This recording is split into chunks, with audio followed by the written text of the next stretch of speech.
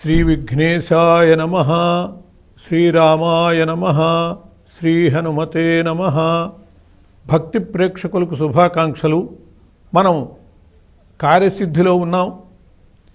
ఈ కార్యసిద్ధిలో ఐశ్వర్య సిద్ధి, సంపదలు ఎలా చేకూరుతాయి అనే విషయాన్ని గురించి మనం తెలుసుకోవాలి.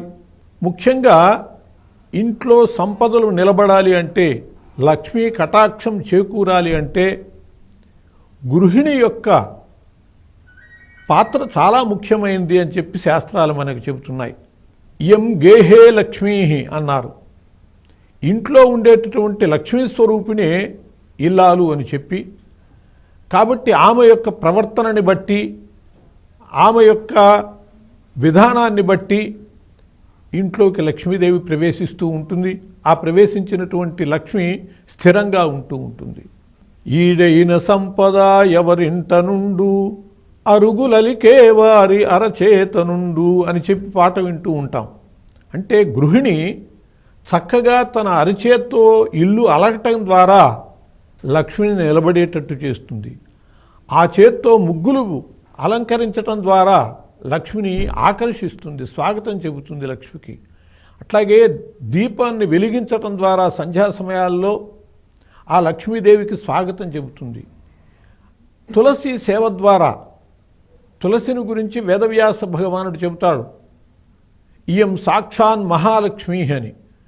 అటువంటి తులసిని సేవించటం ద్వారా ఆ స్త్రీ లక్ష్మికి స్వాగతం చెబుతుంది, లక్ష్మీ కటాక్షాన్ని చేకూరుస్తుంది. అలా స్త్రీకి లక్ష్మీ కటాక్షాన్ని చేకూర్చటంలో చాలా కీలకమైనటువంటి పాత్ర ఉన్నది.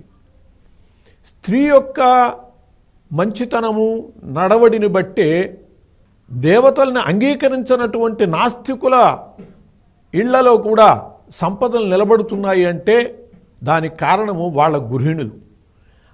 రాక్షస పత్నులు చూస్తూ ఉంటాం. ఆ రాక్షసుల ఇళ్లలో కూడా సంపదలు నిలబడ్డాయి అంటే వాళ్ళ పత్నులే కారణం. రావణాసురుడు ఉన్నాడు. పతివ్రత అయినటువంటి మండోదరి కారణంగా రావణాసురుడు ఆ మాత్రం కాలక్షేపణ చేయగలిగాడు. అట్లాగే లీలావతి, భక్త శిఖామణి, ఉత్తమురాలు అయినటువంటి లీలావతి పతివ్రత కారణంగా హిరణ్యకశిపుడికి రోజులు బాగా నడిచాయి. తులసి యొక్క విశిష్టత కారణంగా, పాతివ్రత్యం కారణంగా జలంధరుడు సుఖంగా ఉన్నాడు. ప్రియంవద యొక్క పాతివృత్యం కారణంగా, సచ్చరిత్ర కారణంగా మూషికాసురుడు కొంతకాలం క్షేమంగా కాలక్షేపణ చేయగలిగాడు. ఈ విధంగానే ఈ కాలంలో కూడా కొందరుంటారు, దేవుళ్ళని అంగీకరించరు, నాస్తికులం అంటారు, హేతువాదులం అంటారు, దేవుళ్ళని నిందిస్తూ ఉంటారు. అయినా వాళ్ళకి సంపదలు నిలబడుతూ ఉంటాయి. ఏమిటి కారణము అని చెప్పి ప్రశ్నించుకుంటే వాళ్ళ పత్నులు, వాళ్ళ గృహిణులు చాలా ఉత్తమమైనటువంటి దైవభక్తి గలవాండ్రై, పతిభక్తి గలవాండ్రై, ఇంట్లో అన్నిటిని కూడా చాలా శుచిగా వాళ్ళు ఉంచుతూ అట్లా ఇంట్లో లక్ష్మికి ఆవాహన చేస్తూ ఉండటం వల్ల, ఆమెని సేవిస్తూ ఉండటం వల్ల లక్ష్మీ కటాక్షం ఆ ఇళ్లల్లో కూడా చేకూరుతూ ఉన్నది. కాబట్టి పురుషుల కంటే అతీతంగా స్త్రీల యొక్క ప్రవర్తనని బట్టి ఆ ఇంట్లో లక్ష్మి నివసిస్తూ ఉంటుంది. అందువల్ల గృహిణి చాలా కీలకమైనటువంటి పాత్ర వహిస్తూ ఉంటుంది లక్ష్మీ కటాక్షాన్ని చేకూర్చడంలో. అటువంటి గృహిణి ఎలా ఉండాలి ఇంట్లో అనేటటువంటి దానికి గంధద్వారాందురాధర్షాం నిత్యపుష్టాంకరీషిణీం అని చెప్పి మనం లక్ష్మీదేవి శ్రీ సూక్తంలో చెప్పుకుంటూ ఉంటాం. ఆమె గంధద్వార, సుగంధ పరిమళము కలిగినటువంటి ఇళ్లల్లో ఆమె ప్రవేశిస్తుంది.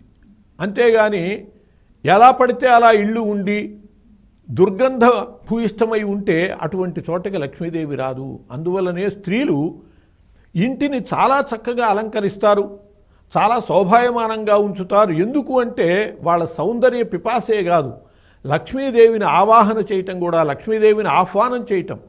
కాబట్టి ఇంట్లో పవిత్రమైనటువంటి పరిస్థితిగా ఉండి సువాసనలు వెదజల్లుతూ ఉంటే లక్ష్మీదేవి అలా ఆకర్షింపబడి వచ్చి ఇంట్లో కూర్చుంటుంది. అందువల్ల స్త్రీ అయినటువంటిది, గృహిణి అయినటువంటిది ఆ లక్ష్మీ కటాక్షాన్ని కోరుతూ ఇంట్లో చాలా శుచిగా ఉండాలి. స్వచ్ఛ గృహంలోకే లక్ష్మీదేవి ప్రవేశిస్తుంది.